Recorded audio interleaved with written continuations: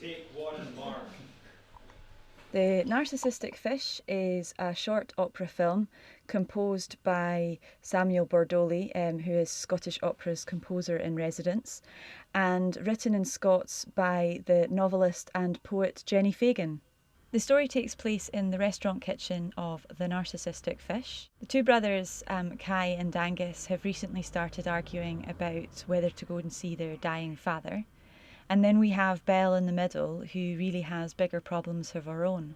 Jenny Fagan's libretto was very appealing, and her style of writing, because it's very poetic but also naturalistic. She managed to sort of convey a realistic exchange between the characters, but at the same time write something that was very lyrical and very settable.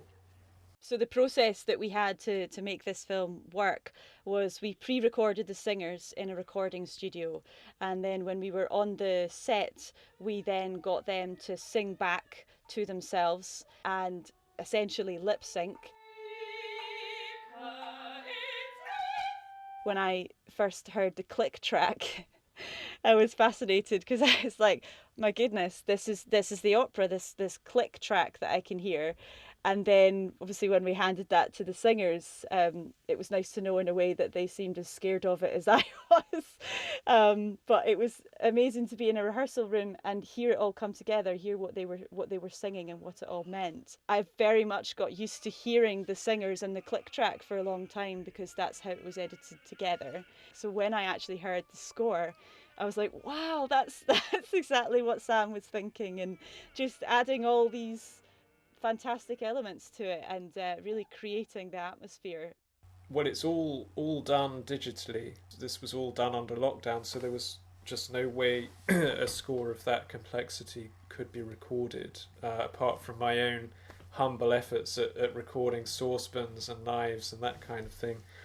So it's a combination of virtual instruments, sampled sounds, sounds that I sampled myself and processed through applications on the sequencer.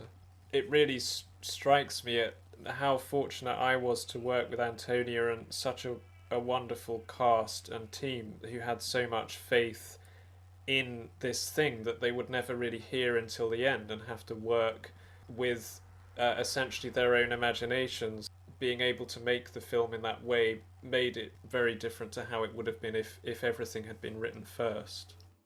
It's interesting that a lot of pre-existing filmed operas are of operas that already exist for a theatre environment.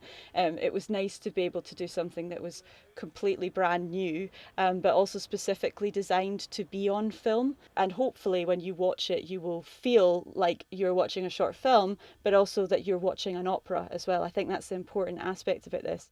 I hope it sort of paves the way for a future where perhaps opera and opera film has the same relationship as theatre and film, that they can exist independently and be art forms, in and of themselves.